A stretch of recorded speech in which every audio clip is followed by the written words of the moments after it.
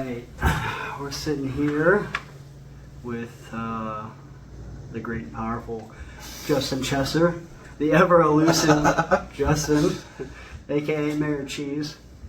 Mayor Cheese. That's probably the most accurate right there. Yeah. So if you want to introduce yourself real quick, what you do, Yeah. what you got going on. Yep. So basically, I'm the captain of Fake It Till You Make It gang.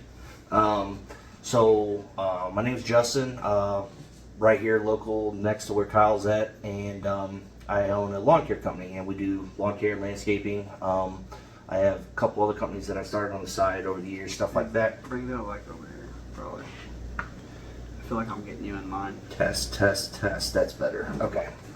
And the lawn care is probably the longest running. It is the longest running company that I've had, and lots of ups and downs, of course, and everything like that. But it's nothing that I went to school for, nothing that I planned for. So that's why I kind of make a joke about, you got to fake it till you make it. So I wouldn't say that I've made it, but I would say that I'm in a very good place, and I've been very happy and comfortable. And let's maintain that, and that it'll be a good life, So how long? So I met you three seasons ago, maybe 4. I was gonna say 4 or 5 years ago. Really? Okay. It's been a hot minute. How long have you been cutting grass? Miss you. I Miss you. I know. How long? I'm 34 now. I bought a Silver Craftsman riding mower, 42-inch, when I was 13. It was from my dad's friend. I still can. I can pull it up online and show the exact model. Like it's stuck in it's burned in my memory. I was 13, and I cut Dad's yard and 2 other neighbor yards, and every summer since then, I've been in lawn care in some form or fashion. Of course, in the beginning, when you're younger, it's hard. Mom and Dad got to drive you around and stuff like that. When I got my license, I picked up a big account. That was my church right there on Main Street. It was a 13-acre complex, and we did a lot. My little brother helped me out quite a bit. Did that for multiple years until I went to college. Let my little brother kind of have that account, and even through college, I was still doing So I joined a fraternity in college, right? And we had a fraternity room, meeting room, stuff like that. And inside that room was like a small closet. Well, I asked, and I was given permission. I kept a blower and a weed eater and just miscellaneous hand tools and stuff. So on our free time, I would take whoever was available, and we would go just canvass the neighborhoods around college. Like, hey, you want us to blow your leaves or prune your bushes or anything like that. Didn't cut as much grass in those 2-3 years of doing that. We had a couple yards, and I would even come back to Troy and do a couple yards. But other than that, it just kind of snowballed into I was working at GM, and I had probably 30 to 40 yards that I was doing by myself, and then I had a buddy help me. I was paying him $5 a yard to trim and blow. Man, those were the days. If you're out there and you want to do that, I got a job for you, buddy. But we did that for a couple seasons, and it gave me a better taste for the money and business and stuff like that. So did that for a few years, and then I decided that I either need to slow down, like drop some yards, or I needed to hire full-time employees. And then I hired my very first hire was, I think, Kenny Bruning was his name, I think, and he lasted 3 weeks. And after that's when I found Tyler Dozy. Mm-hmm. And so then Tyler was with me for 5 years, I think. And then during Tyler's final years is kind of when you came on, and that's when we had the whole squad. Those are probably some of my most fun and best years. Still was small. I'm still young and dumb, but I was younger and dumber back then, and so it was a good time. And since then, I've gotten up to the max was 13 employees. That was too much of a headache, and that was when I was still at GM too. So I'm driving around GM, big factory, on a fork truck, against the rules, running the company from my phone, And when you were here, that's when it was. I was in GM and everything else, so I was completely absent. Since then, I'd say 4 years ago, I left GM, and now I do this full time along with the other companies and stuff like that. And I think I found my sweet spot is between 6 and 8 employees. So 3 to 4 guys doing a commercial and a residential route each day of the week, and then 1 or 2 landscape crews, pruning, mulch, rock, easy peasy stuff. We don't do any hardscapes. Yeah, it's a pain.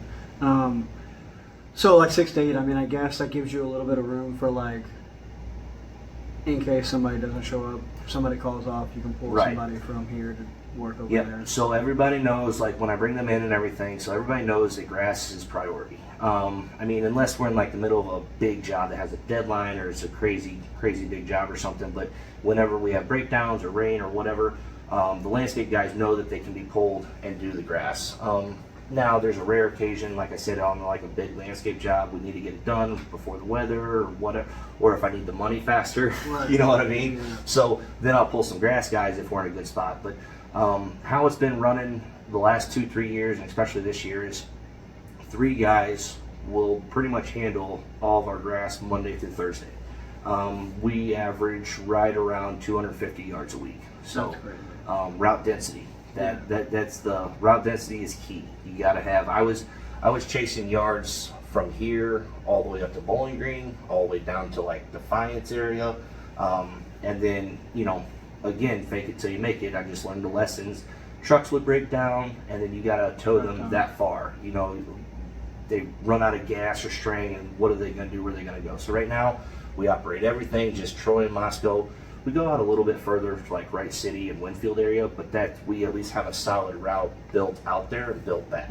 So Yeah, I mean, that's one thing. So I've worked for, I don't know, 4 or 5 lawn guys at this point, and the 2 probably, I don't want to say most successful, but at least in terms of route density, like that's a huge factor because you're cutting out, dude, drive time. Yeah. You got 2 guys sitting in a truck, not cutting any grass, not making you any money. it's rough. It's not good. Yeah, it's not good. And a lot of people don't, like you said, they just pick whatever. Oh, I got a house out here, I got a house out here, I got a house over here. Right. It's just not efficient. I think, I mean, and that comes with time. Like, if you're the guy that like you do 2 years of research on before you start your lawn care business, and like you watch all these YouTube videos and like you talk to all the other owners and stuff like that, you can come out of the gate with a dense route, the right equipment, the right policies, processes, things in place, all your paperwork, contracts, employee handbooks, doesn't matter.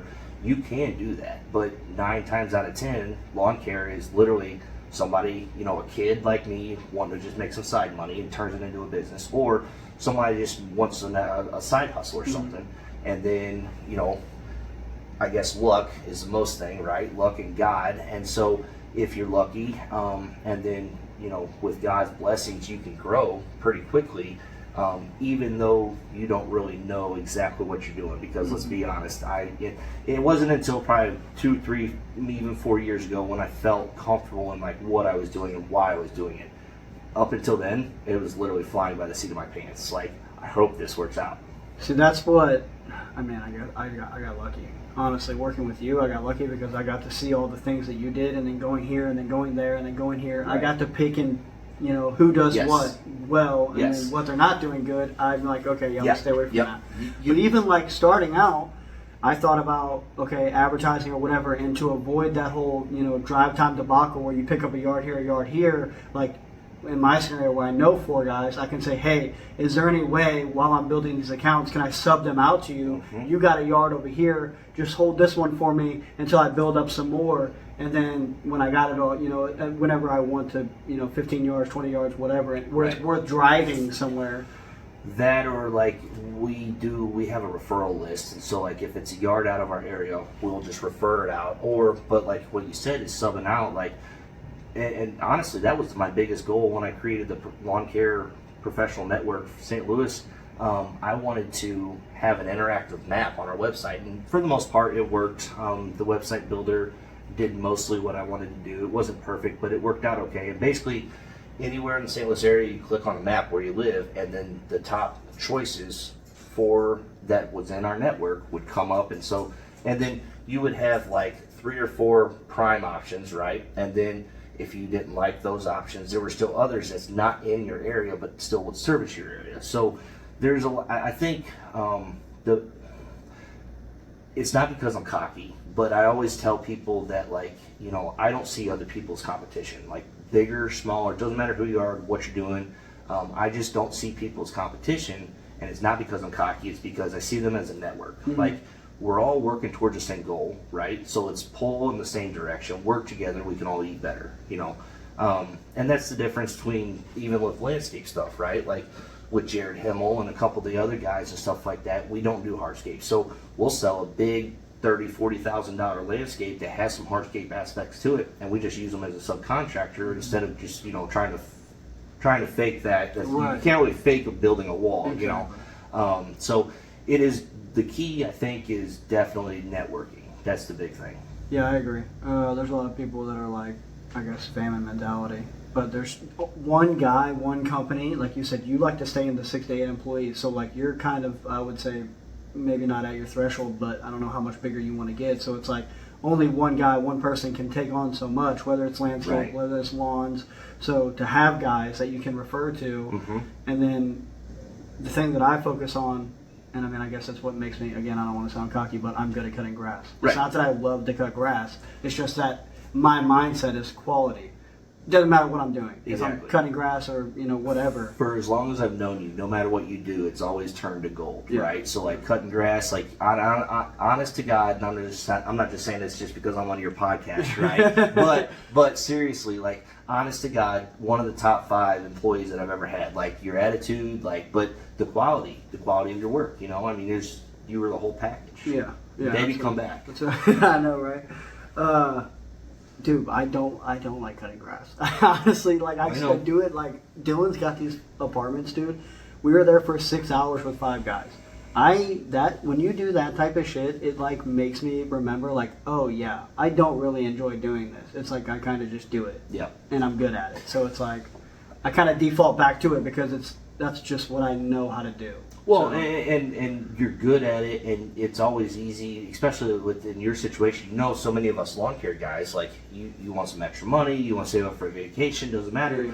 You can just pick up some extra hours somewhere. Like those utility guys like you, is what helps the other owners in the area, because like if I'm ever in a pinch, I know that I can call you. I know that I can call Tyler. I know that I can call Darren. Yeah. Like they all do their own things, have their own jobs, but like if I was in a real pinch, like hey guys, I know everybody would come together. Right, we're a bunch of independent contractors out here cutting grass. Right. I literally thought it because I'm on Facebook all the time and I have all these lawn guys on there and everybody is complaining about employees. Oh, and it's yeah. like at this point, like we're kind of the commodity. Like, so I would definitely say that of every headache and stress and pain point, labor is the top bottleneck of almost any business, but especially with lawn care and stuff. I mean, they start out good, then they get comfortable, then they start slacking off, and then at that point, it's hot, and so the burnout, it's real, and so you're lucky if most guys will last a full season.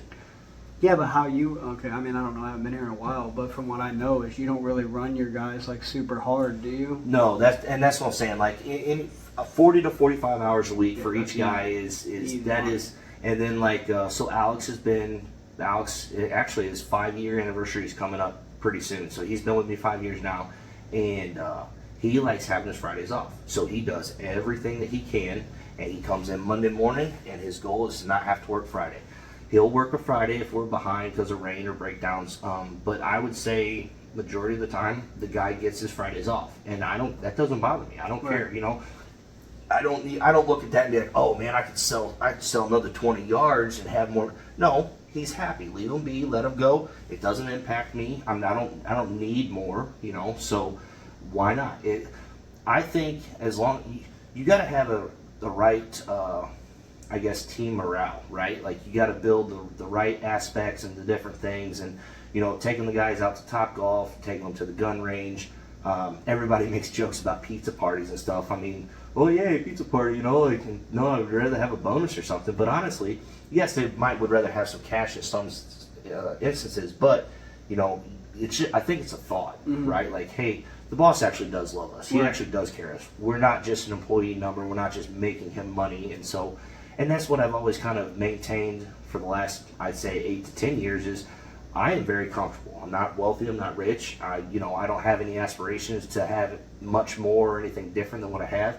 But things are nice, and why rock the boat? Right. So as long as I can maintain my comfortability. So the big thing now with all the guys is trying to get them to where they understand the importance of being more efficient. They're more efficient. Now they're making the company more money. Now the company can give them more raises and bonuses and everything else. So they're all paid well, and then we're one of the only companies that actually offer benefits. Mm-hmm. You know, we got dental, we got the retirement plan, the vision, and I haven't done health yet, but there's that local doctor office that we're kind of working on trying to figure out some sort of a plan for them. So, you know, if it's more of a career, and you're happy and you like the people that you work with, and you get a pizza party here and there, hopefully they'll stay around. Yeah, I mean, honestly, from not only small business but lawn care perspective, there's not many companies, or I mean, any that I know of. I went to Land Design. I mean, they're offering shit like that, but it's Land Design. Right. So it's like, that's something. You know? And that's the thing. It's, you know, the benefits aren't anything like what you would get if you worked for like General Motors or somewhere like that. But just, I think more so the fact that like the company owner cares enough to try to make it work. And like, I mean, I've offered a retirement plan for the last 6-7 years or so. I've had 2 guys actually take advantage of it. It's totally up to them. It doesn't matter. But I mean, it's a company matched program and everything through Edward Jones. So if they wanted to take advantage of that, it's there for them to do. But if they want all their money on their checks, and it's theirs, I don't care how they have it. Yeah, I mean, that's pretty good. The thing you were talking about with morale, and I've noticed a lot of guys that I've worked for, is kind of, they'll just take shit on. Like, they don't care because they're not personally out there cutting the accounts. Right. And they don't realize that, like, that's taxing on your guys' mental. Yes. Because it's like, they don't want to go every single week after week after week. They have to go to this shitty account, whatever it is. You know, maybe it takes forever, or there's a bunch of shit in the yard, or whatever it is. Yes. But like, I know, I'm not going to mention any names, but I know some people that will literally take on whatever, and their response is like, I don't care, I don't got to cut it. Right. But it's like, that's only going to get you so far until your guys are fed up with it, and they're like, all right, fucking see you later, bud. Like, I would say, from my perspective, I feel like I've been pretty fair about that. We have actually dropped a few customers over the years because the guys would call and they'd be like, hey man, like the hill in the back is stupid. Like, this is ridiculous, it's dangerous. Or, you know, a few years ago, we started charging extra if there's excess dog waste. Like, I get it if there's some here and there, but every single week and you got 15 dogs and you don't even make an attempt, like, we're charging you extra, right? Like, and we always joke around with the guys like, oh, you get hazard pay on that yard, you know. So like, I think you got to be kind of receptive and listen. And yeah, I don't go out, and I haven't gone out and cut grass. And I mean, if we're behind, I'll go dust off the work boots and everything. But I mean, and I still like cutting grass, and I miss it. But you know, it's kind of productive. If I'm out there cutting grass, like, and I respect all the owners that like get out there and do that every day, even with a bigger size company. That's great. But they also probably they would have to have more office staff. I had one office admin, and she's amazing. She takes care of everything, back office and stuff like that. And she probably would be able to allow me to get out there and cut the grass, but then now I can't go and make the sales calls, can't do the quotes, can't do the running, get the equipment and all the different stuff. So you kind of got to figure out a good balance there. But back to what you're saying, you got to have, you know, an open ear to your guys, you know. And not all money is good money. right, yeah. No, I remember you always saying that. Yeah, you gotta be pretty wise with what you're doing, because you just be spinning your wheels in the rut and don't even realize it until too late, and you're like, oh my gosh, all that wasted time. Or even like, if you get an account, or you get whatever, let's say you get, let's use the urgent cares for example. Right. Let's say you get 15 urgent cares, they pay, you know, $50 a piece, and you're like, oh, okay, this is a good deal. Okay, but then again, how far apart are they? How far do you got to drive for each one? Yeah. It might sound like at the end of the day you're getting $1,000 on these urgent cares that you're cutting, and your guys are getting it done in a day. But how much profit are you making? How much wear and tear are you doing on your vehicles, on your mowers? That's the biggest thing with a lot of people. They just don't realize, you know, what their actual profit margin is, what their actual numbers are. And to be honest, I didn't really know a lot of my stuff until probably the last 2-3 years. I mean, I actually had a legitimate insured business, and like, oh, I'm making money. Oh, I remember back in the day where Jamie would be like, yo, what the fuck is going on here? Yeah. My bakery's making more money than the grass. Yes. What's going on? She'll be like looking around, and she'll be like, what's the deal? Like, where's all the money going? But, you know, like, you know, okay, so my gun collection is very robust, right. Okay, but even still, like, So I think, and actually, I'm excited. I actually just got, for the very first time, we're going to have an actual bookkeeper. We're going to have weekly meetings, go over all this, and everything else, just to know exactly where I'm at. I think that's just a wise thing to do. And even if I don't do it forever, every year from now on, at least to have a good idea. I feel like I got a pretty good handle on the business, and like I know that we're profitable, because if we're not, we'd be in a rough spot, But you asked me how profitable I am. I could do some checking and figuring and everything, but I want to be able to, like, when my wife asks me, like, hey, did you have a good week or not? Pull up the screen and be like, we absolutely did, or we had a little bit of extra labor this week for whatever reason, so maybe not. So but everything goes full circle, because not just that, like your pricing, everything, your breakdowns, the equipment that you're using, so everything goes hand in hand anyway. I feel like you're saying, even if you get it just for a little bit, and then you're a smart guy, so you figure out how it's working, then you can at least understand and be able to tell yourself, or you just know from looking at it week to week, okay, this is typically what we do, boom, boom. You got at least an idea. Right. And I feel like the more structured, this is the thing too, especially with lawn care, because like you said, a lot of these guys, they act like it's a side hustle. They don't treat it as it's a legitimate business. Right. And the more organized you are, the better everything is going to run. Oh man, I would say probably when we started really hammering out policies, processes, everything top to bottom, who does what, how, what we need to take to every job. You're more organized, you're more efficient, stuff like that. I would say that's where we started seeing a lot more of our better profit margins, instead of, like you said, some guy treats it as a side hustle. When I was cutting with my buddy after work, I thought I was really rich. I $25 every yard. They'd leave the cash under the doormat. I'd walk in the door every night with a couple $100, and man, I was really doing it. I had no idea how much labor was costing me over the week. I had no idea how much I was spending in fuel in a week, how much wasted time driving everywhere. So it was good. It was enough to give me a taste, and then I'm like, oh, give me more, And then finally, I'm like, well, we need to see exactly kind of where we're at. So I'm excited for the new bookkeeper for sure. Yeah. And I keep trying to put people on, you got that virtual assistant, and I'm like, listen, dude, I don't know exactly what she does for Justin. I'm like, but I know she helps him out tremendously. Okay, so there's different levels of virtual assistants, and before I found her, I was actually doing some research, figuring it out. A lot of them are, a virtual assistant, honestly, can be anywhere, and it happens that mine actually lives in Troy, right. And actually I worked with her husband at GM, and we didn't know this until after I'd already hired her. Small world after all, It really is. So, but when I was doing this research, there's a lot of them overseas and everything. Not knocking them, not being bad or rude or anything like that, but also, how am I going to have them answer the phone? That's one of the key things I needed done. And how is the customer going to be able to understand them, or know that they're even talking to a local lawn service?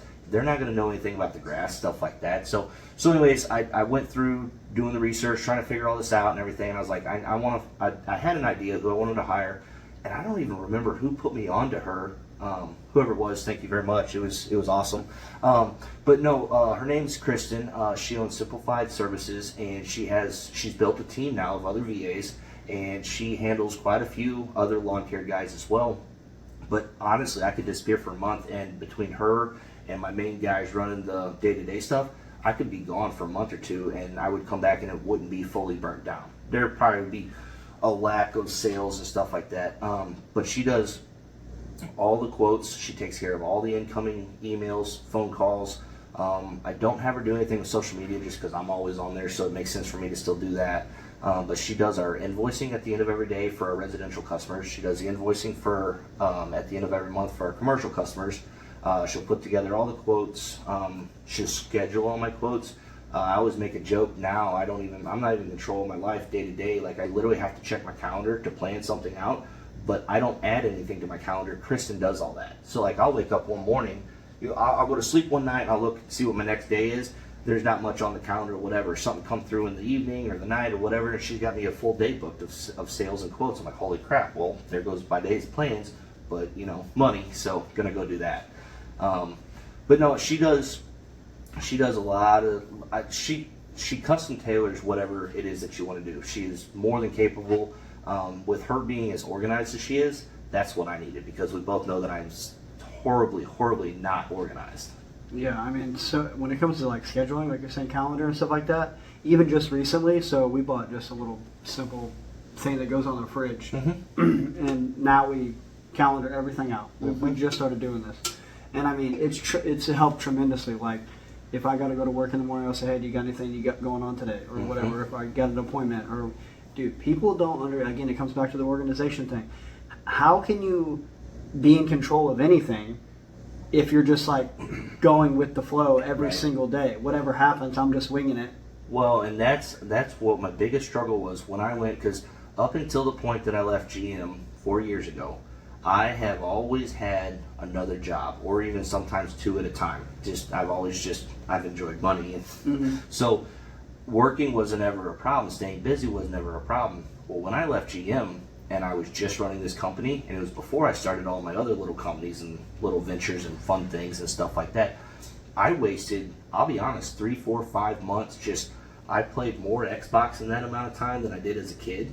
I didn't answer to nobody except for my wife, but as long as you keep it hidden from her, like, it doesn't matter. Yeah. So having structure and being organized is definitely one of the most key things for any business owner. And so after anyone. Yeah. Well, yeah, it doesn't, personal, whatever, it doesn't matter.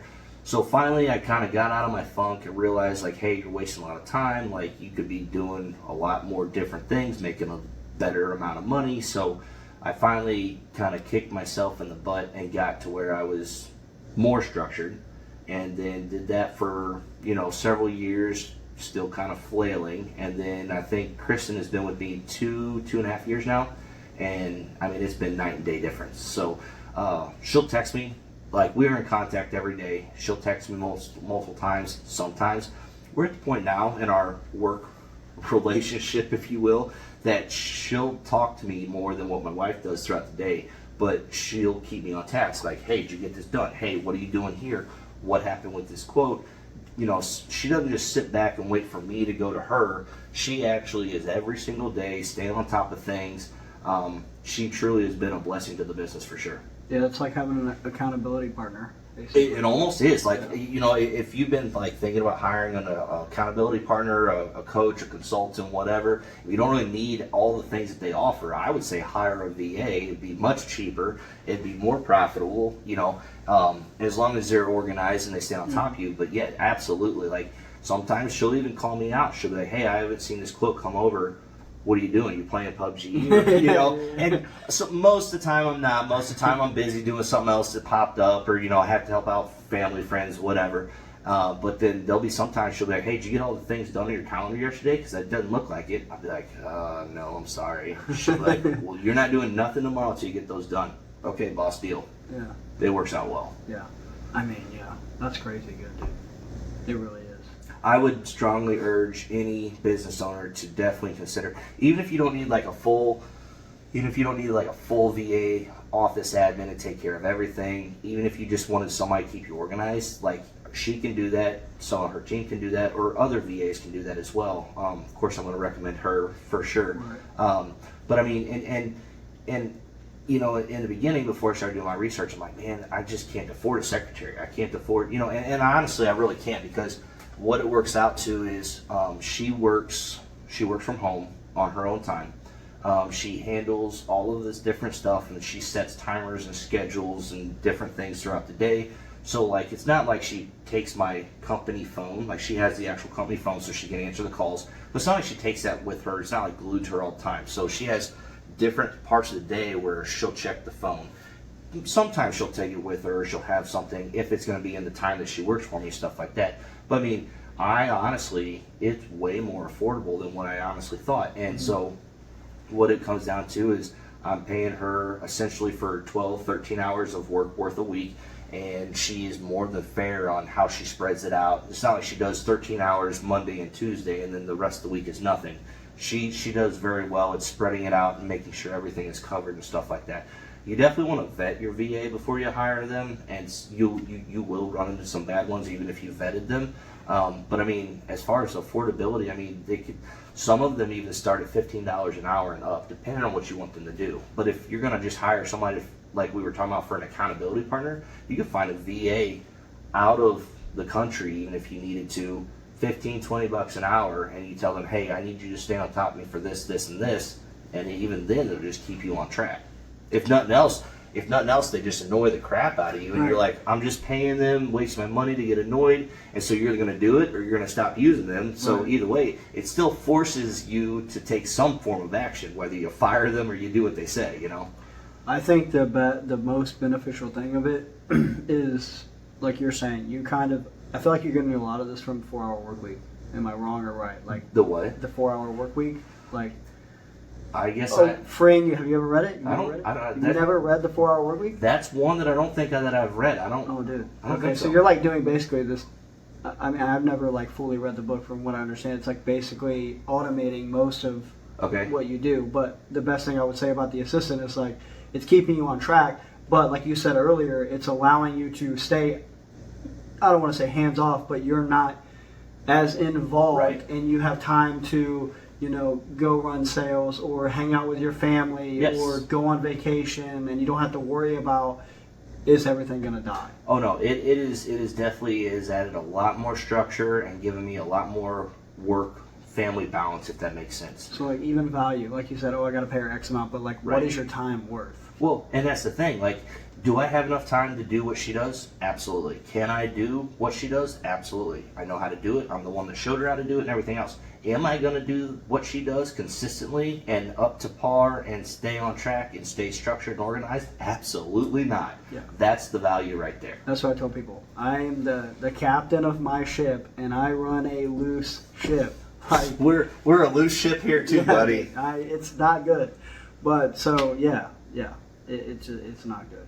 You really need, I feel like that's just people who they got a lot going on in their head. So it's like, it's hard for them to just stay like focused on one thing. You find something, I was doing emails here a second ago, but then I saw something else. So it's like, I'm going to go do this, but I know I got to check voicemails. And then there's a Facebook notification. Yeah. And then there's this video that you scroll by, this dude digging a pool in the middle of the jungle with a stick. And 20 minutes later, you finish your email. And it's, that is me to a T. I'm all over the place. Like, I've never been diagnosed with ADD, ADHD.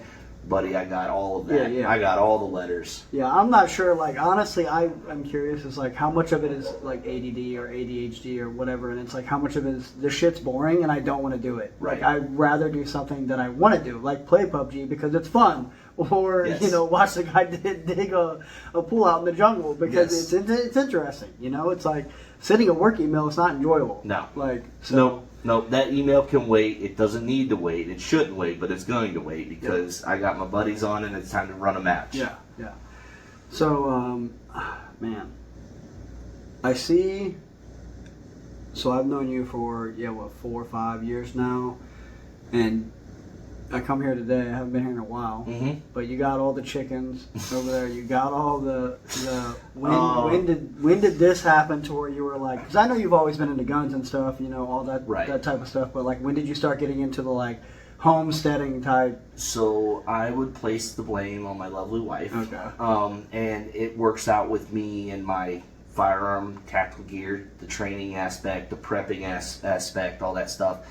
She mentioned that she was, a little bit bored. She wanted a couple animals here and there. I said, that's fine. What are we going to get? She's like, let's start with chickens. I said, okay, cool. Well, I'm going to tell you, chicken math is a real thing, okay? We went to the store. We bought 6 baby chicks. All the things to, raise them up, keep them alive.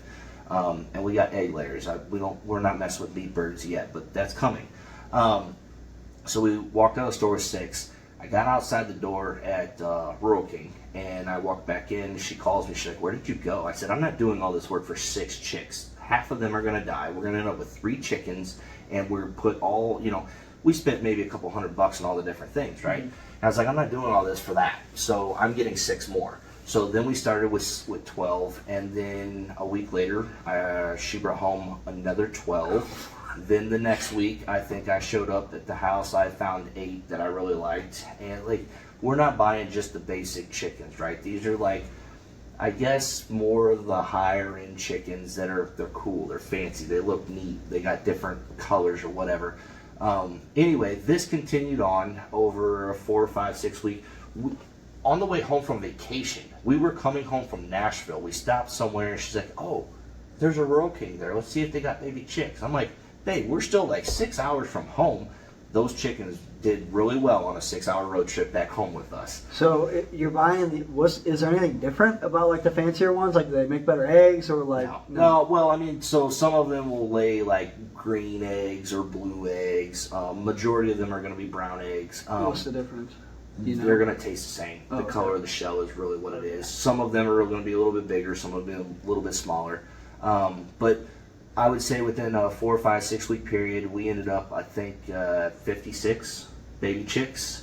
And we started in the bathroom downstairs. Outgrew that. I had to build a bigger brooder and everything. And then we moved them to the garage. And then when they're old enough and that they got enough feathers, then you can move them outside. The very first trailer that I started the Lawncare company with came from my father-in-law, and that's the trailer that I built the chicken coop on out of pallets. So, used pallets, build the chicken coop, used the dog fence run panels for the outside run and everything, and then we get, I would say, close to 20, 25 eggs every day. Now over the winter we lost 12 different birds from possums, raccoons, stuff like that. Knock on wood, they haven't been back around. Those particular ones came by a very special dirt nap, but we haven't had any more come by yet. And then the little guys you saw running around free range out in the yard, we actually hatched those from our own chickens a couple months ago, and so they're coming up and getting older and bigger, and they'll be laying eggs probably within a couple months. And so I'd say we're back to around 45, well, whatever it ever said, 40, 38 or something. 38, 48, something. Yeah. I lost count. Yeah. So yeah, chicken math's the real thing where you start with 6 and you end up with a bajillion. I mean, I've been getting, I don't know if it's because I'm getting older or like whatever, everything that's going on in the world, but it's like the more time goes on, the more I'm like, yeah, I just want to like get away from the city, get away from the people, have a little farm, have my chickens, get away from the processed shit. Yep. Like, I want to be in control of what I'm eating. Exactly. Really. So it's the eggs. I like the eggs better. We've had a couple that actually I butchered my first chicken from start to finish last year. We just had kind of an unruly cock, and so we got rid of him and then fried him up pretty good. He was pretty good. And then other than that, well, meat birds are different. They're bred to be fully grown within 8 weeks, and then you butcher them, and a lot of people will, get them cleaned up and processed, put them in a freezer bag and freeze them. And I mean, you'll have a year's worth of chickens off of, 20, 30 chickens will last quite a while. We won't get into that just yet. The ducks that are out there, those are new. We get 1 egg a day from the ducks. And then the bunnies and everything. She's doing the bunnies for the kids, but mainly for her because she thinks they're cute and fun. Yeah, they're adorable. They are pretty adorable. They're adorable. They are. I've been going back and forth since I seen you post that thing. I'm like, dude, I want a bunny so bad, mainly because of the Penny. She loves rabbits. Like, she calls them hops. It's adorable. I'm like, how fucking cute would it be if I got her a little rabbit, and then she just had this rabbit with her like all the time. Bro, they're right there, and honestly, I was trying to come up with something we could put on the table to keep them corralled and just have the little bunnies hop around on the table on the video. That would be hilarious. But no, we had talked about goats. She likes those mini cows. Oh, those are adorable. They are, but they're not. Everything we got has a purpose or a multi-purpose, if that makes sense. The mini cows, not so much. I mean, they're just cute. We'd have like maybe 1 steak and that's it. Yeah. They are cute. But we had talked about goats, for goat milk and stuff. And like, we're not. I wouldn't say that like we're on the extreme edge of like prepping and like homesteading and stuff like that. But it is hobby still level, and it's enjoyable. It's a break from the monotony, and then. It still makes sense, we haven't bought eggs in 2.5 years. Oh yeah. It's been, I guess it's been 2 years. I've lost track of time. I couldn't tell you. It's mostly what we It's nice. Yeah. Eggs. But eggs will go with anything. Yeah. And with her having the bakery, she don't have to buy eggs there. Oh, that's true. nice. True. Yep. So like right now we ended up getting all the different equipment and stuff like that, and we actually have a dedicated refrigerator for the eggs. and I think at last count I'm sitting on right around 450 eggs. Oh my god. So if you want to buy some eggs before you leave, Yeah. I'll just send you with some. I looked up something about goat. I seen it was goats. Goat meat is actually more nutritionally dense than beef. Oh, I would. And I'm like, it kind of like makes sense if you think about like way back. They probably definitely had goats before they had cows. Yeah. And like, you know, I've never had goat before, but I mean, if it's nutritious, I would be willing to try it. Yeah. And they eat grass.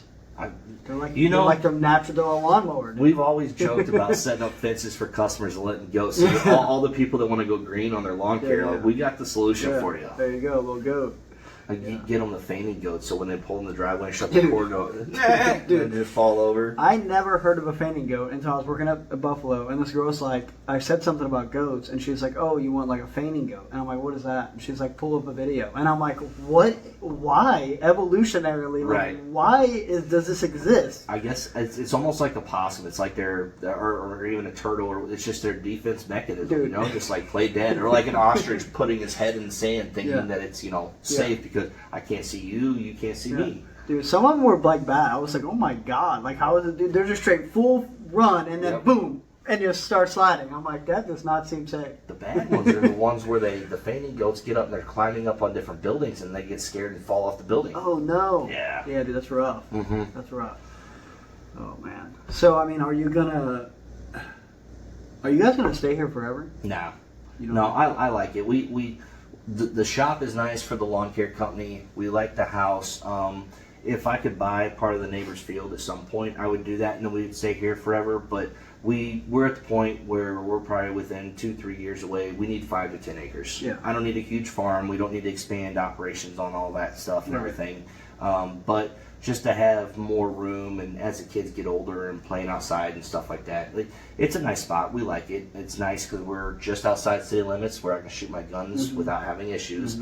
But we're also close enough where if I need milk, it's just literally 3 minutes down the road. So. Right.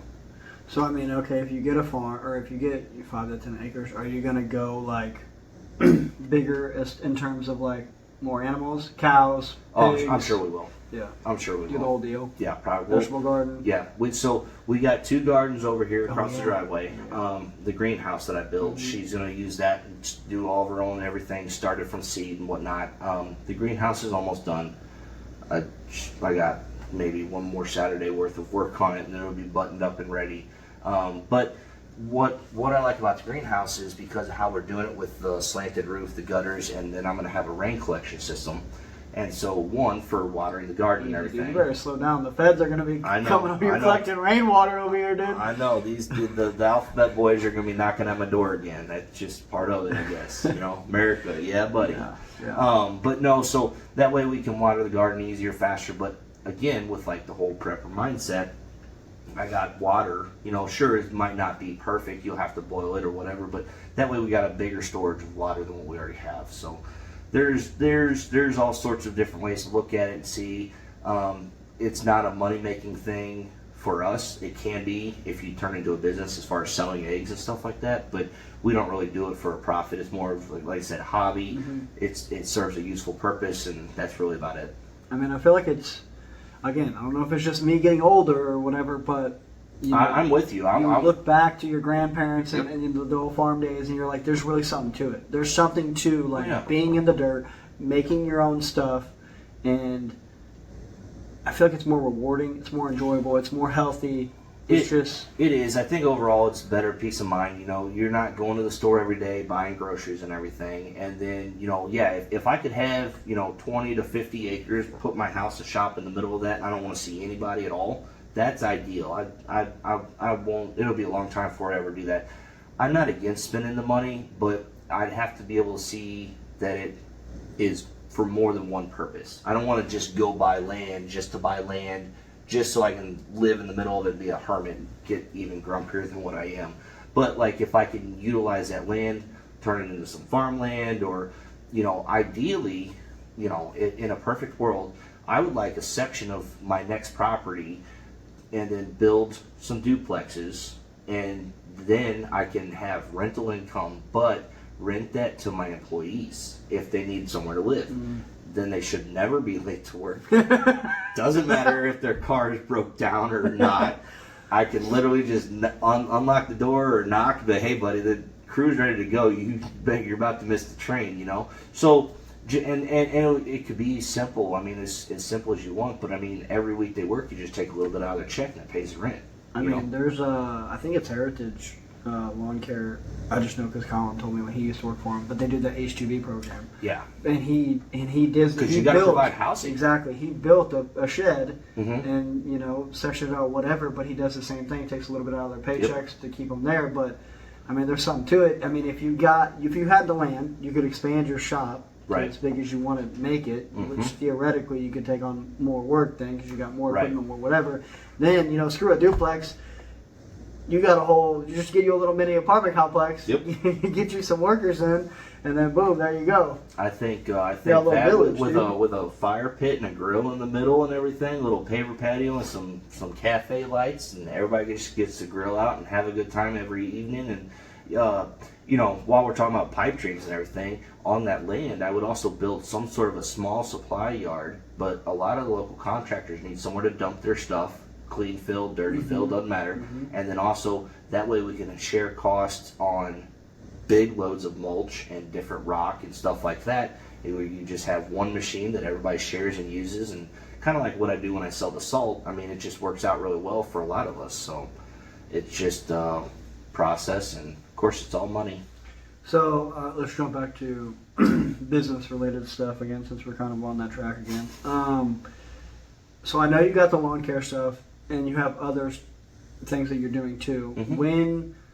How long after you started doing lawn care where you're like, okay, the lawn care is going okay, Right. let me break off and start doing these other things, and why did you even start doing that? So that was because I've always been a busybody.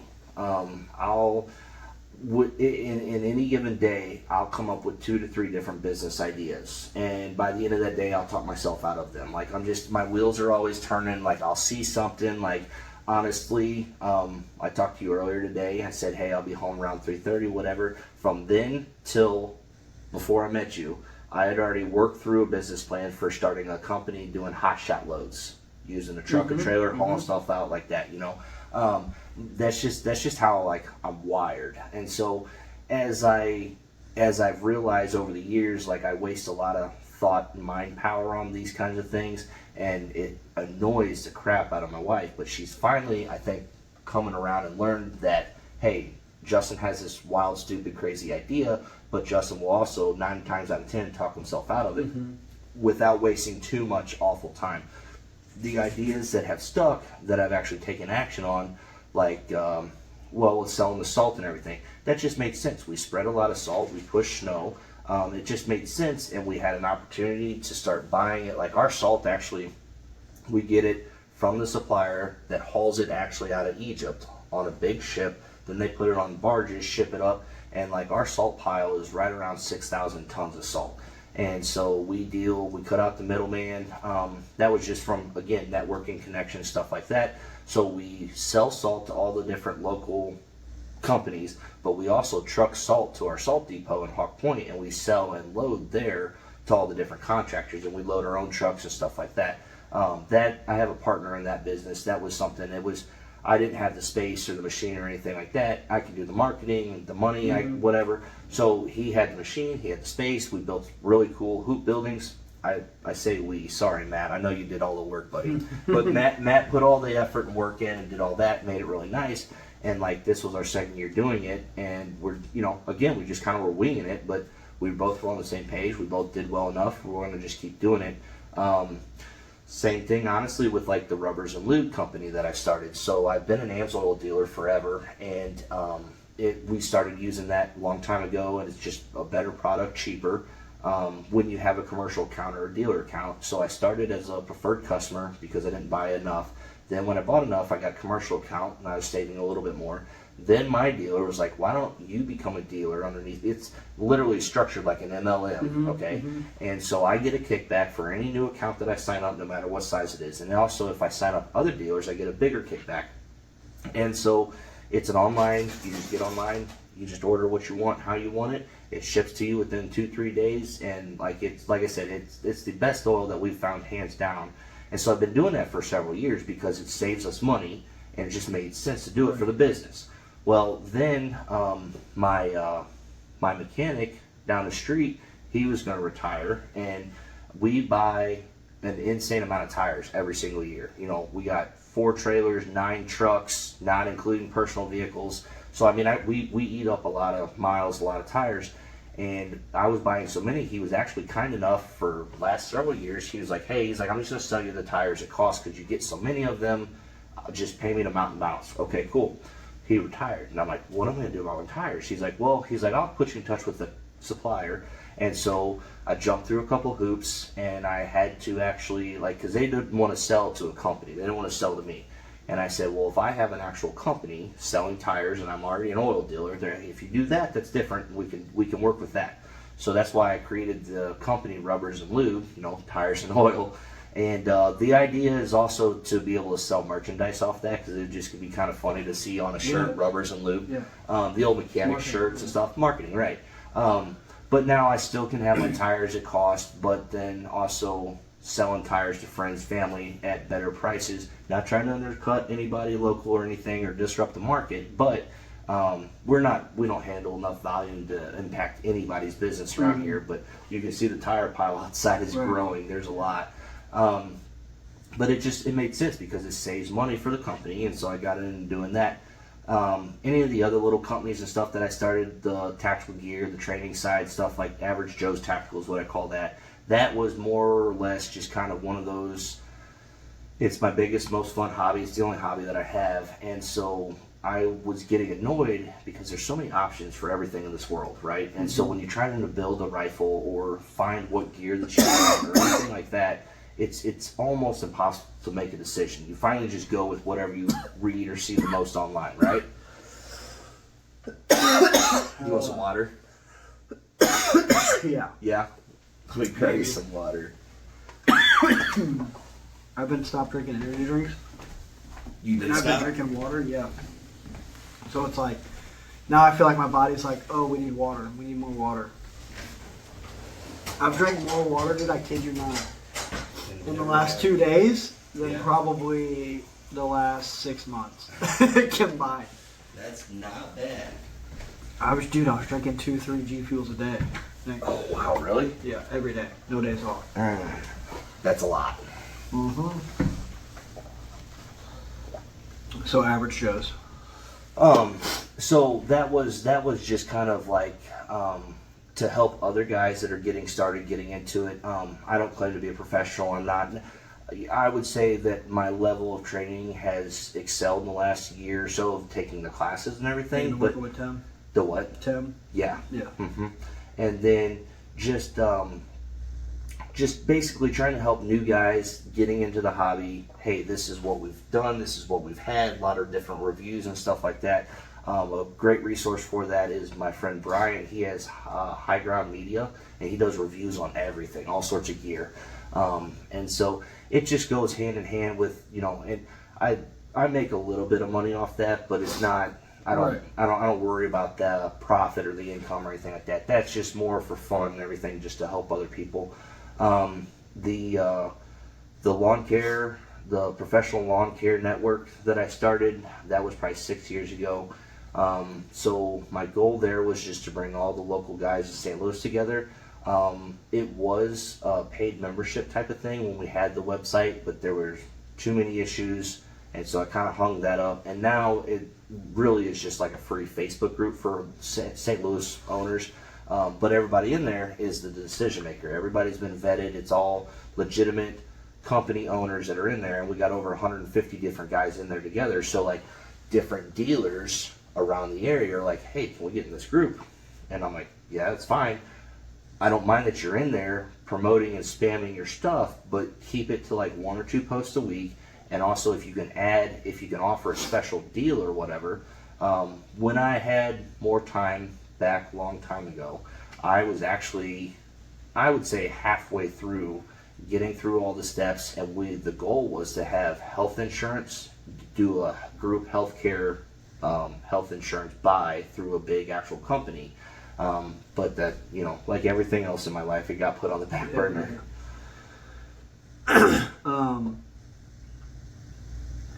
So I was thinking about that whenever I was like, dude, why is there not a union for like lawn care and landscaping guys? So the word union has like this, people either love unions or they hate unions. And I've worked union and non-union both in the automotive industry and also in construction. So I've seen both sides. And so my opinion is that unions are a necessary evil to keep some form of balance. Mm-hmm. Unions can be good, but in certain terms, they also can be bad. When I started the whole networking group and everything, it was kind of my goal. I wanted to avoid calling it a lawn care union just because of that stigma. Right. So what I call it more like an alliance, or better stated, a network. Mm-hmm. But it's the same thing. Like, hey, you got 90% of your owners out here charging a minimum of $50, and you got a couple guys that are legit, that they don't know any better. They don't fully understand their numbers, not because they're stupid, just because they haven't taken the time. They don't really know that how bad it impacts them, but they're still cutting grass for $25.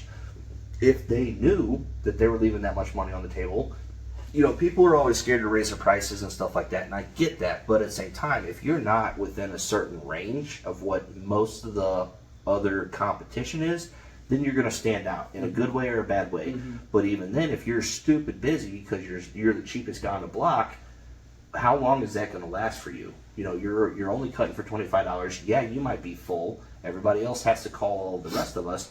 But while you're out there working, 1,000,000 hours a week for the same amount of money that my guys are working 40 hours a week, you know what I mean? So it's just more work smarter, not harder, I guess.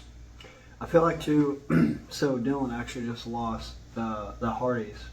Oh, and okay. I don't know if you've drove by and seen it lately. Well, that was probably one of the management company deals. I don't. Really it looks awful. I don't really care for those type of. It looks terrible, and Dylan was only charging him $60 a cut. Right. So I'm like, who is coming in here and what are they saying, $40? Well, right. You're getting a $40 cut. I'll never forget the very first time I came in here to fill out the paperwork or whatever to get hired on. You were answering a phone call for somebody who wanted lawn service, and you told them the prices, and they were like, oh, that's kind of expensive. And you're like, I'm going to tell you right now, we're never going to be your cheapest option. Yep. But we're going to be your best option. I still use that line today. Yeah. And I mean, it's true. You literally get what you pay for. Yeah. And I can honestly admit we're one of the higher priced companies around, but we're also one of the most longest established ones. We are the highest, most rated, reviewed around here. And I'm not like bragging, but that comes with, a price. People call us not to price shop. They call us because they heard that we do good work. They know that we're fair. They know that we're honest. They know that we have an automated process system for invoices. Like literally one call to set up service, and I can't even tell you. There's probably over 100 customers that I've never talked to, I've never met, have no idea where they live or what they look like or anything like that. Like we'll be out at dinner, and I might have like one of my company hats on, and somebody come back, oh, you work for that company? We love you guys. You guys have done our yard for years.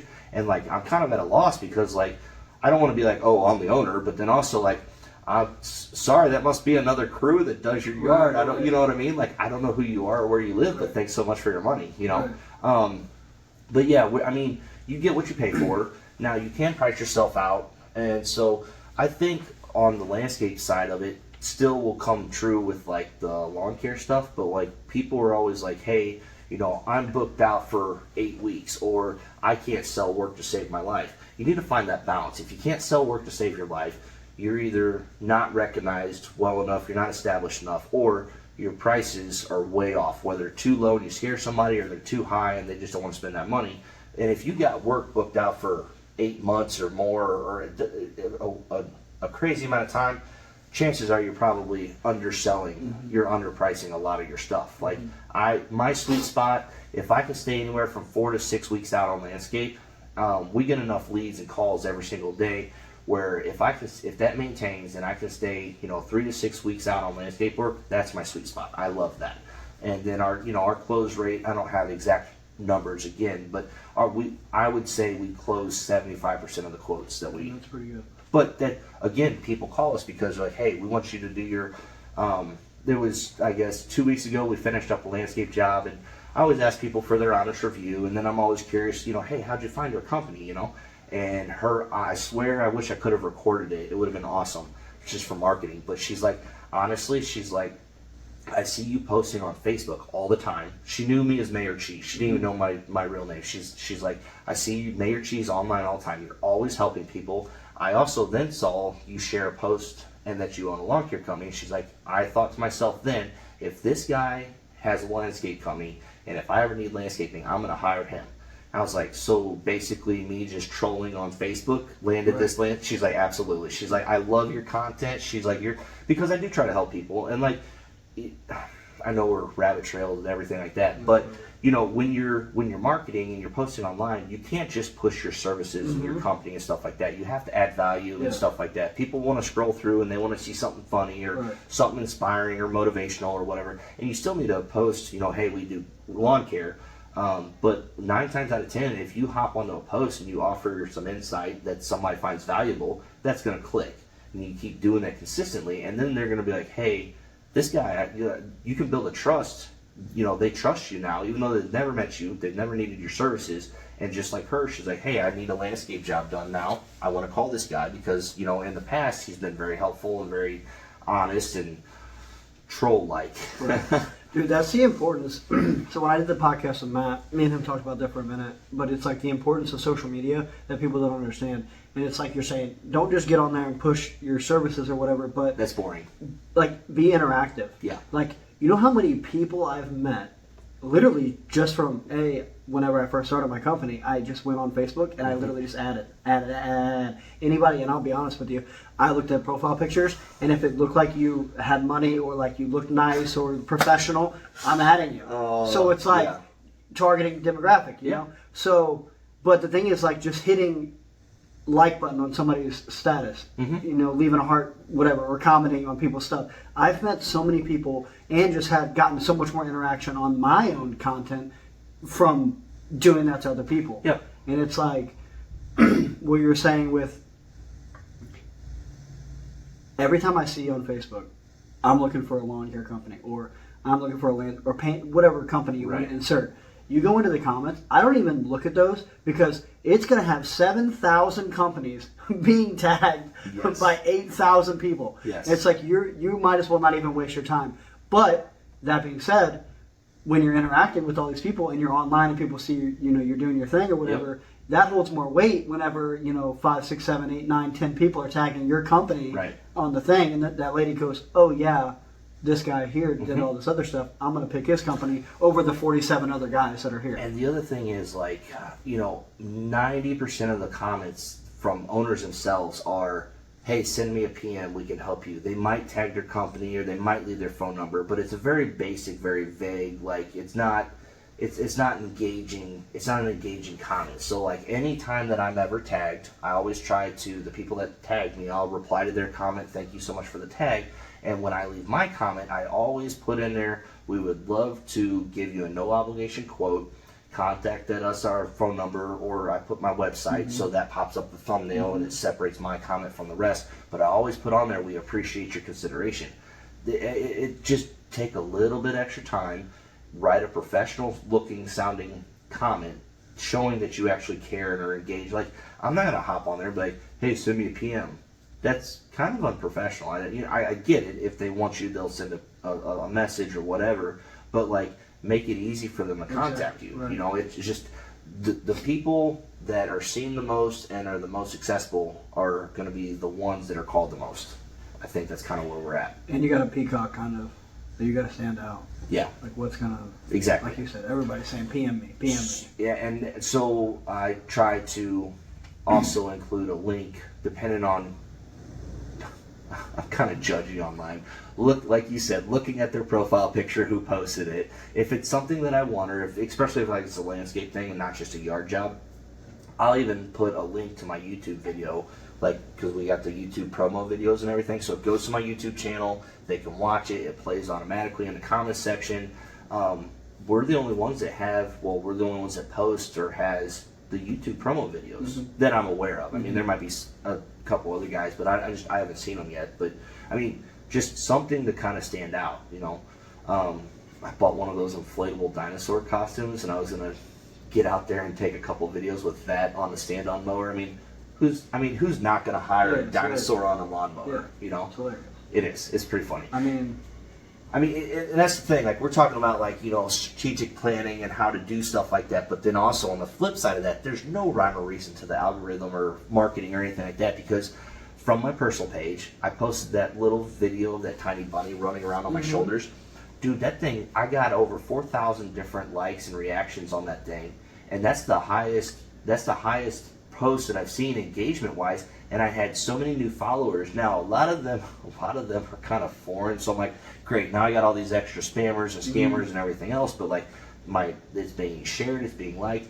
Like, you can plan out the coolest, best, most perfect professional marketing post, and it will flop.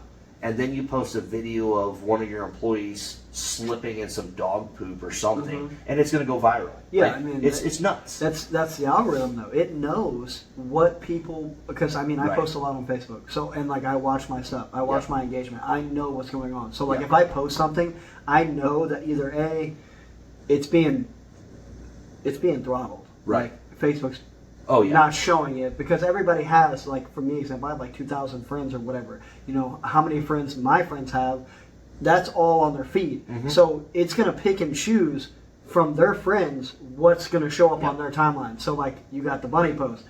Facebook's like, oh shit, bunnies. People love bunnies. Let's throw this on everybody, all of his friends' feed. So, and I mean, Lawncare. I mean, it's kind of a niche fucking thing. Like, Right.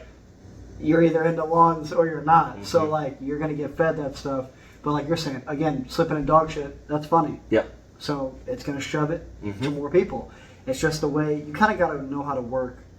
You got to know how to game the system. I'm gonna have to text Chris to follow some dog poop and have Tyler record him. Yeah, literally. Oh, dude, I'm still waiting for you. I mean, I want you to release that one video you sent me. That is hilarious. Oh no, which That's one? hilarious. Oh yes, With yes, the dog yes, leash, with the dude. dog. Oh, I do need to do that, because I think that would get some engagement too. That's hilarious. Yeah, it is. I mean, and I would post it. out Just of crop out love. the logo.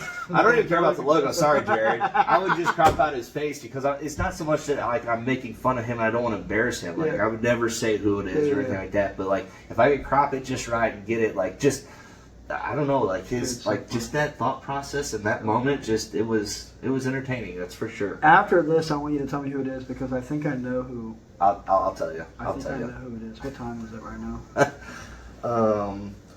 Looks like 5:03. Oh, we're good. Okay. Yeah, somebody messaged me, and I posted something on my Snapchat.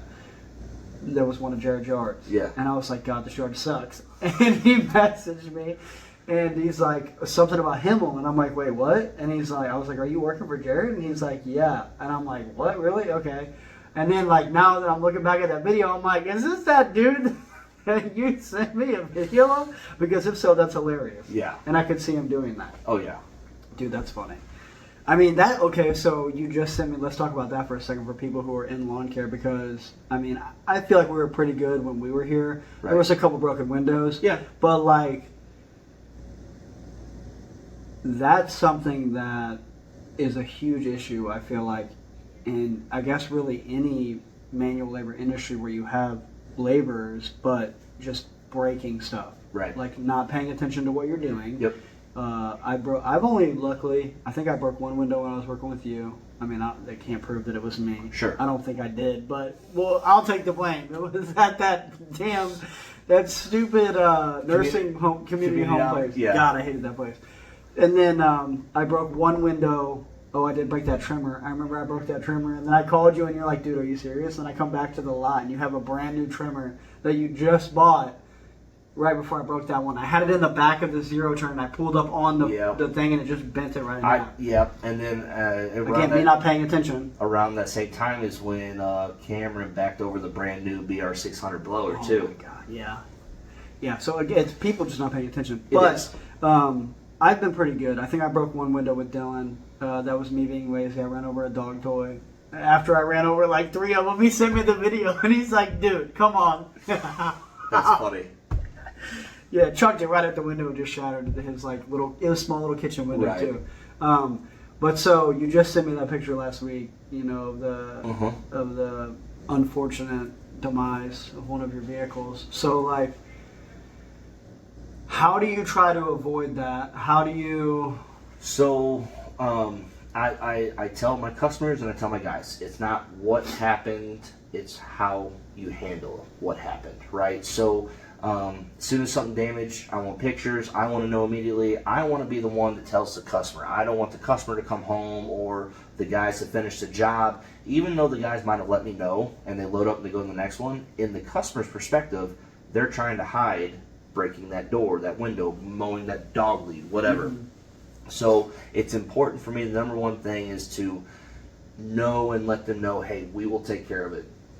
On our service agreement side, it actually states in there, and they sign agreeing to allow us to remedy the fix the situation. That keeps somebody from having a window replaced by a professional company that's going to not overcharge, but charge more than what we could have it done, still professionally.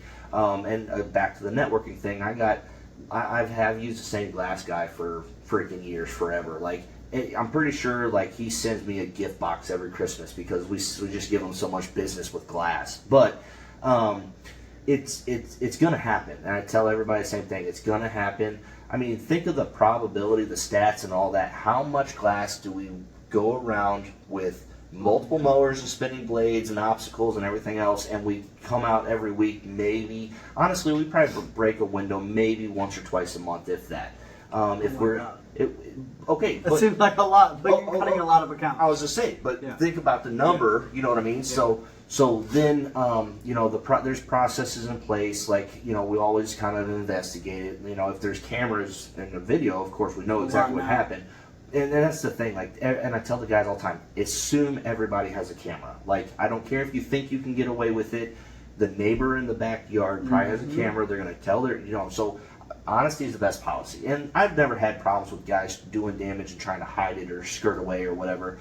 Now, in our employee handbook that we redesigned a couple months ago, all the current guys agreed to it, and all new guys are going to have to agree to it. But the most fair way to handle damage is they get 3 strikes and they're out on damages.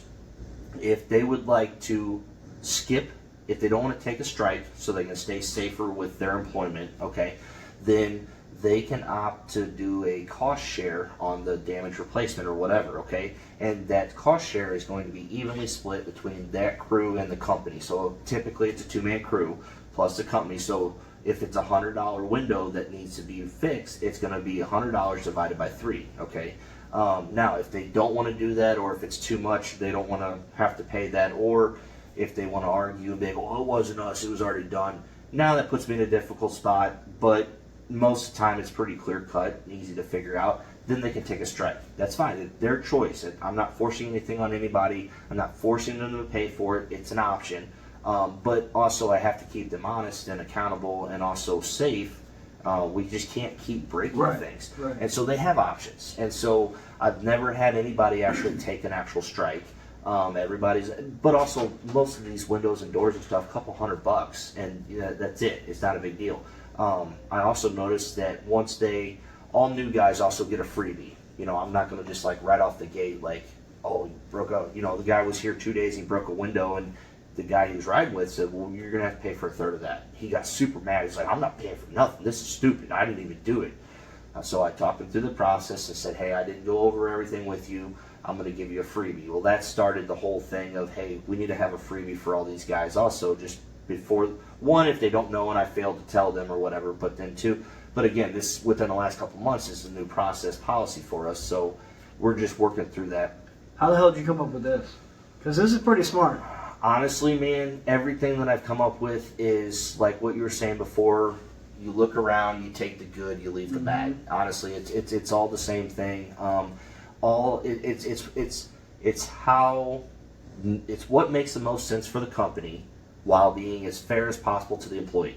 And so at the end of the day, I want everybody to be happy. Yeah, it sucks. We all three got to split this cost on this glass, but it's fair. Not one person has to do it, and I do it per crew because you are your brother's keeper. You have to keep each other. So you know, if the guy on the mower is watching the guy on the trimmer walk the wrong way, throwing rocks to the glass, hey dude, you go the other way, do something different. So it's literally fake it till you make it. It's not like I read some books and like, oh man, I honestly just kind of was like, hey, we have a problem, how can we fix it? And that's the solution I came up with for right now. See, this is why I like talking to you, because that's a great idea, and I'll probably steal that later on down the line. You're welcome to steal it. But like, you're welcome to steal it. It also, it's good because, like you said, it keeps them accountable. So most accidents, honestly, are avoidable if you're paying attention to what you're doing, and you're doing your job. Absolutely. It's because nine times out of 10, it's just because there's no common sense or you're not paying attention. Mm-hmm. You're fighting with your lady. You're on your phone. Mm-hmm. It doesn't matter. You're distracted. So now, instead of like you're saying, yeah, it's a couple $100 window, but people got to think if you're charging $50 a cut and someone smashes a window out, it's $150. You just lost 3 cuts on top of the labor and the fuel and everything else. So now you have this 3-strike policy. It kind of keeps guys a little more cognizant of what they're doing. Yeah, exactly. Because, I mean, they know that they're going to be financially responsible for it. They could be if they choose that option. Or if they don't choose that option, they know that they're just one step closer to possibly losing their job just because it's all... Now, if it was unintentional, if it was a complete accident, I'm not going to put that on the guys or whatever. But if it's something that could have been avoided, absolutely, this is how we're going to handle it. So that's just kind of part of it. With that being said... Hills and mowers, for the love of God, people. If you don't think you can take a hill, just area trim it out. Yes. Just area. It takes like 2 minutes, man. Yep. It's so much better than getting the mower stuck. I hate having to go get the ratchet strap, strap it to another mower, pull the guy out. Like, dude, we just wasted. We could have finished this yard and went to another one. Yep. That aggravates me more than you getting it stuck. But I mean, think about just rolling down a hill and blasting through somebody's fence, man. That wood fence that happened 2 years ago? Yeah. That was a special wood fence. That actually we had to go quite a bit on a road trip to go get that special, I don't remember what it was. It was like Eastern red cedar, whatever. It was, you couldn't just go to the store and buy the cedar wood. It had to be, and it had to be from the same sawmill, and like it was a mess. It literally took a month to make that repair. Oh my god. It was ridiculous. They probably could have area trimmed out, huh? Oh, it should have been area trimmed. Most of the time it gets area trimmed, but it wasn't the normal crew, and they were cocky and thought that they could do it. So, you know. I mean, so again, Dylan.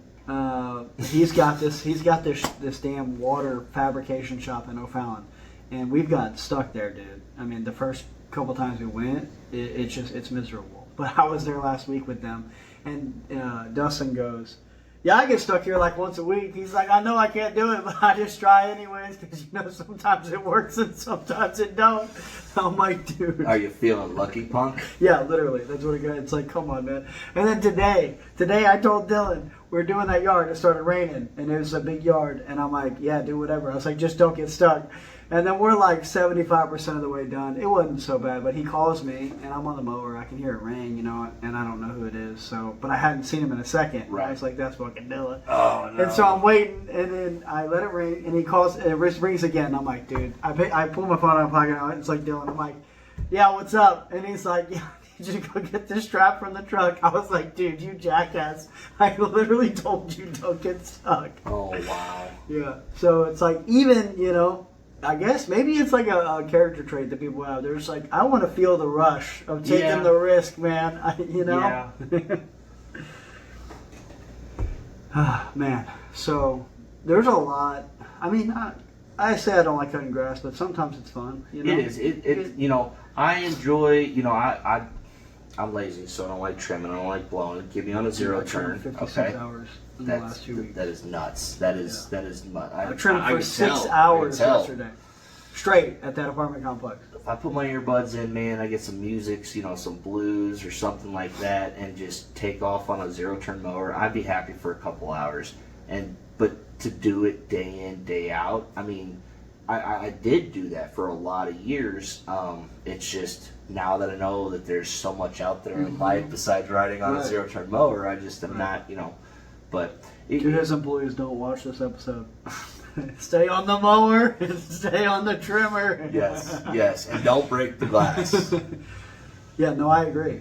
Yeah, I mean, if I didn't have podcasts, like that's the one thing I like about cutting grass. At least I can throw in a podcast and I can be learning while I'm cutting, because then I don't feel like I'm entirely wasting my time. Like I know you're making money at the same time you're leveling up. Right. You know, you listen to a podcast. You know, you listen to the same podcast by the same person for 10 years, but if they say one thing that clicks and changes your life, that was worth it. Mm-hmm. You know, I mean, it's 100%. No matter, you can get there's a lot of other podcasts and stuff that like either I've been on or that I've listened to in the past, and like they're all great. There's none of them that have ever been bad. It's just, what do you take away from that, and is it engaging enough to stick around? Mm-hmm. And so if not, you hop around, or if so, then you but just like I was telling you earlier, I feel bad because I haven't made it a priority to take the time to get back into listening to podcasts and getting caught up on everybody's shows and stuff. It's just, you know, it was easier when I was a GM. I should put my earbuds in underneath my safety, my safety ear protection. None of the managers knew that I was sitting there bobbing my head, sitting on a charger one day, and the boss comes up and like, "You listening to something?" I'm like, absolutely not. I'm just feeling the beat, you know. I almost got caught, but I didn't. Yeah. When I worked at Nike on the line, we had the same thing. You could wear the over ear, but you had to wear protection, but no music was allowed. Right. Bro, for the first couple months, I just abided by the rules. Yep. But finally, I was like, dude, I can literally not take standing on this line for 10 hours a day with nothing but my thoughts. Yep. And when I started doing that, I was like, bro, people that work in factories for their entire life on these lines, I was like, you got to be a robot, dude. How do you do it? Props to them. I was on the line for a few years at GM, but most of my time was spent on a forklift or in paint, and that was a super gravy job. And so, but to be at the same job on the line till you retire, that it takes a special kind of person to do anything in life, but that's a special kind of person. I don't get it. And Cora's the same way as, because she listens to my shit all the time too. Yep. Like, oh, you know, Kyle's got another idea. Got another idea. Mm-hmm. And then I'm always on to one thing, to the next thing, to the next thing. But it's like, I'm kind of, okay, what can I learn here? And also, like, the environment. Like, when I reached out to the regional manager with my concerns or whatever, and, you know, this is what I wanted, da-da-da-da, and then he responds back a certain way, okay, well, right there I already know, I don't need to work here anymore, because this company isn't going to facilitate or offer me what I need to grow, and they don't really care. So, like, why do I waste my time? I'm just always, there was a guy I worked with at Schnucks. He was an old guy. He was probably like 2 or 3 years away from retirement when he came there. But he said something that will stick with me forever. He said, everything in life is replaceable. If something is not making you happy, change it. And I believe this guy because he had 5 wives.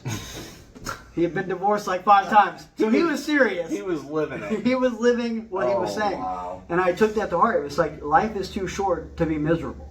Yeah. And so it's like, do you remember Parking Lot Bob?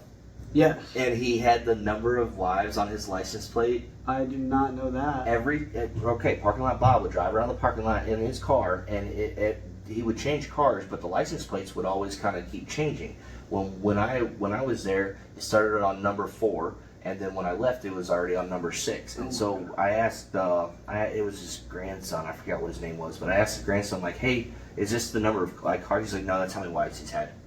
Every time he has a new wife, he gets a new license plate. That's awesome. It's crazy. That's awesome. Parking Lot Bob was a legend, man. Yeah, I remember Parking Lot Bob. I kind of forgot about him. Man, good old days in high school. That's been a long time now, dude. Take us back. For real. Sometimes I think that though, but then I'll like realistically think about restarting or like going back, and I'm like, I don't know if we could go back to high school, knowing then what we know now. Maybe. But even then, dude, I got my kids, man. I tell my kids all the time, no matter how many lifetimes I could live, I feel like I would always want my kids that I have right now. If you bring a family into it, then yes, I would not want to give up my wife for my kids. But if that's not an equation, then I mean, who knows where we would be? 100%. That's where everybody talks about the red pill, the blue pill. You know, like you can't go back and change. So you can think about it, but I wouldn't let it consume you or dwell on it. You got to just, well, if this is how I'm feeling now, what do I need to do now to where when I look back, hey, when I first thought this, what have I done and improved and built on to where now you've leveled up even more than what you would have anyways.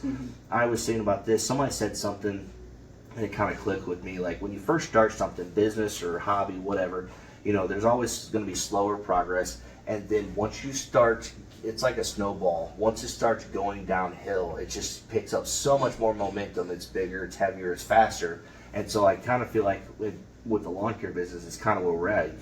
You had the slow start, started baby steps, and now we're just kind of snowballing, and now it's just kind of almost full steam ahead. Like, what do we need to do next, and how do we need to do it wisely so we can grow and be more profitable? Yeah, it's like the exponential growth thing. They always say the first million's the hardest to make. Yeah. It's like, once you get the pattern down, once you get the plan once down, you got the first million, then you can use that. You got $1 million now to invest or build or do what you want. When you started with 1,000, you're limited. Yeah. So I made that post the other day. If you don't have capital, it doesn't matter. Right. If you don't got capital, it don't matter what's going on in your head. Yep. That's where networking comes in. Oh yeah. And then knowledge. For sure. Because like you're saying, if you meet a guy who knows something, maybe you don't know much about it, but you got whatever, right? And you build a partnership with that. Okay, well, now you can do something. Not just knowledge though, because there is bad knowledge. So correct knowledge, and then that slingshots into the whole luck, laboring under correct knowledge. That's a big thing. Also, like I feel like you do need some kind of actionable experience. Like just knowing about something isn't the same as like actually doing it and living it. Yes, because you learn a lot from doing. Yeah. Like you can read all the books you want, but well, that's what I'm saying. That's how this whole thing started. Was literally just doing it. Like I didn't read any business books, took no business classes, didn't even. When I grew up, I wanted to be a cop, man. Like I didn't grow up like I want to be a small business owner, Like my dad was a small business owner. He built a lot of houses around here, but never once crossed my mind like, oh, I want to work for myself one day. Found myself here and I love it and I want to stay here. So now I got to do what I need to do to be able to stay here and not make any changes or any differences or anything else. I would say the biggest thing with working for yourself, or even if you could find a way, depending on the size, your responsibilities or whatever you got to pay for, but the best thing is freedom. The freedom to do what you want. You're not answering really to anybody besides yourself. I mean, yeah, you got employees, you got all customers, whatever, but still at the end of the day, I feel like it's just better to work for yourself. I still have, I would say, the same amount of stress, but the stress is different. This is my stress. I create this. I've either sold too much work, or I have not hired enough people, or I don't have enough backup equipment, whatever that might be. It's my stress that stems from me, and I much rather would deal with that stress than the stress of having to work 7 days a week in a factory. What the freedom is, everybody's like, oh, the money's the motivation, and money does allow for freedom. I get that, but at the same time, if you have a good work, personal balance, whatever, you still can have the freedom, and the freedom is what I love and what I want to maintain. Like I said, I don't have to be the next lawn care millionaire. I just want to stay comfortable where I've been and have the same freedom and everything else. All right, I think that's a good spot to end on. I like it. This was good. I like it. This was good. I had fun. We need to do this again. We could do it, dude. You got to get the gap. I'll talk to you about anything, any day. Yeah. Next time I do. I mean, if you wanna put that shit out there, we could definitely do a podcast. That's fine. On it. I mean, if well, not, what I can do is we can do that, and maybe I might try to spin that into like my coaching consulting, and be like, hey, this is what I've learned. This is why I'm sharing this. This is, I'm turning it into something that I'm charging for. But here's an overview of like what we've created with employee handbooks, processes, policies, service agreements. We use Yard Book. There's other options, but there's been several people actually pay me good money to help them set up and run and utilize their Yard Book, and they'll call me back a couple weeks, couple months later, like, dude, this is amazing. Like, I put Eddie onto Yard Book, and the other day he's like, dude, I don't know why I went so long without Yard Book. He's like, you told me about this for years, and I just didn't want to do it because I didn't want to change. Like, everybody's afraid of change no matter what it is, work or personal, but he finally did it, and he's like, dude, this is amazing. Yeah, it's awesome. I've been trying to get Dylan on Yard Book since I left here, basically. It's just better. It's just better. It makes sense. You can do anything with it. Yeah, it's the best. I mean, Yard book. We expect T-shirts. Yeah, for real. No, but I mean, it all comes down to efficiency. That's the thing too. It's like I'll tell people stuff. It's like, dude, I'm not just telling you shit to tell you shit. Like, if I'm saying something to you, it's because there's merit behind it. Like, there's a reason, there's a purpose behind it. Like, I wouldn't come to you and say, hey, get yard book if it didn't work. Right. Like, I'm not going to lead you down intentionally. I'm not going to lead you down the wrong path. When you were here, were we transitioning into yard book? No, you had yard book. Yeah. Okay. I mean, I'm sure it's got new features and all the. Cool No. I'm just saying it wasn't too much before you were here with us. Then when we made the transition, we used to have pen and paper all the time, and then somebody loses a paper, or if it gets thrown out the window, or that whole day's you got to backtrack your steps. No fun. Yeah, I like just even pulling up to a yard, click, done. Yep. Charge customer, done. We're done. Like done and done. It's the best. Cool. All right. Thank you. This is good. I had fun. Yeah. We'll do it again. Yeah, for sure. If I can pencil you in sometime, I mean, I'm free, but you on the other hand. Yeah. We'll do it again, and we can actually write out stuff. I'll make sure we got bottles of water and everything, and we just do it. Yeah, because when I talked to Matt, he said he was like, "Yeah, I'd like to get Justin on the podcast." He's like, "But between my schedule and his schedule, he's like, he can never pencil anything in." I was like, "Yeah, I know. He's a busy dude." I would love to be on there. I hadn't said anything to him yet because I figured he was getting bombarded and like. He is, but I mean, he's got certain people that he would rather. No, I understand that. I didn't want to be like. I feel like the kid back in the day in school that like invites himself to the birthday party. I don't want to invite myself onto theirs. So when he's ready and asks me, then I'm happy to do it, and it's no big deal. I don't care when I do it. I figured he's just really busy with it, and my number will come up next sometime. Dude, he's been doing. I mean, I've been following him. It's funny. I just randomly. I think he added me. I don't know how it happened, but I've been watching him ever since. Like, dude, he's been doing some good stuff. I've known him for several years. They're actually customers of ours, and just doing business or even just chit chatting. Most of the time, of course, business owners are going to talk about business and complain about the complaints and stuff like that. But like, just everything that he does, I mean, she's like the networking queen, So it works out really well to be able to kind of use each other as a sounding board and feed off each other, and like, it's kind of cool seeing the steps that he's taken to do different things. Like, I don't want to ever like write a book or anything like that. But like, it's cool to see the processes. You can see it on different people, strangers online, but you don't really know what it took to get there. Like, I know him from years ago when he wasn't going to write a book, when he wasn't going to be a speaker, and like that's all evolved. And seeing that evolve over years, like it wasn't a very long time. It wasn't a short period of years, and now like, wow, that's what I'm talking about. That snowball. You just once you gain momentum, you're just gone. And then now, if you want to do that, guess what? You got a mentor out there who's already spent the years doing it. So now it only takes you 6 months instead of 3 years. That's the whole thing in networking. Yep. The beauty of networking. It's the best. Awesome. All right, we'll end it on that. Okay.